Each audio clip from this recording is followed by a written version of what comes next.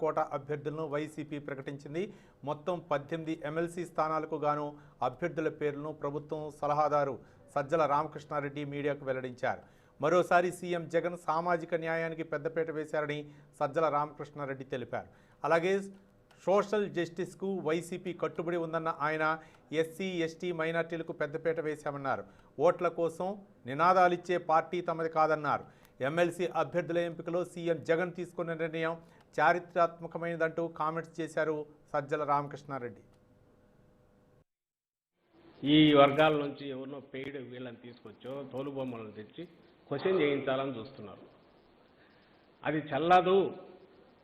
ఇంత మొహం మీద చరిచినట్టుగా ఇంత స్పష్టంగా సామాజిక న్యాయం అనేది అన్ని పదవుల్లోనూ అధికారం పంపిణీలోనూ ఇంతగా ఉన్న తర్వాత ఏ ధైర్యంతో వీళ్ళు ఇట్లా మాట్లాడగలుగుతున్నారు అని నిలదీయాల్సిన అవసరం ఉందని మేము భావిస్తున్నాం.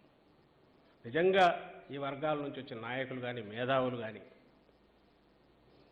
ఎవరో పవర్ బ్రోకర్స్ గాను లేక దళారీలుగా ఉండి ఈ కులాల పేరు వర్గాల పేరు చెప్పుకుని 4 రూపాయలు సంపాదించుకునే వాళ్ళని పక్కకు తీస్తే నిజంగానే మా వర్గాలకు సాధికారత రావాలని కోరుకుంటున్న ప్రతి ఒక్కరూ కూడా వాళ్ళని నిలదీసి అడగాల్సిన ఇదే క్వశ్చన్. చంద్రబాబు నాయుడు గారు మీరెందుకు 14-19 మధ్య మీకు పూర్తిగా అవకాశం ఉన్న శాసన మండలిలో అంత తక్కువ, నేను ఇంతకుముందు అన్నట్టు 37% ఎంతో అంతకే ఎందుకు కన్ఫైన్ చేశారు?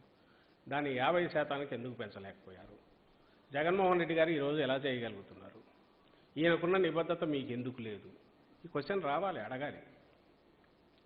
అలాగే కమిటెడ్గా నాట్ ఏదో చట్టం చేయడమే చేసి మరి నామినేటెడ్ పోస్టులతో సహా ఆయన ఇవ్వగలిగినప్పుడు మీరెందుకు చేయలేకపోయారు? ఈరోజు మరి ఈ సామాజిక వర్గాల మీద ప్రేమ ఉన్నట్టు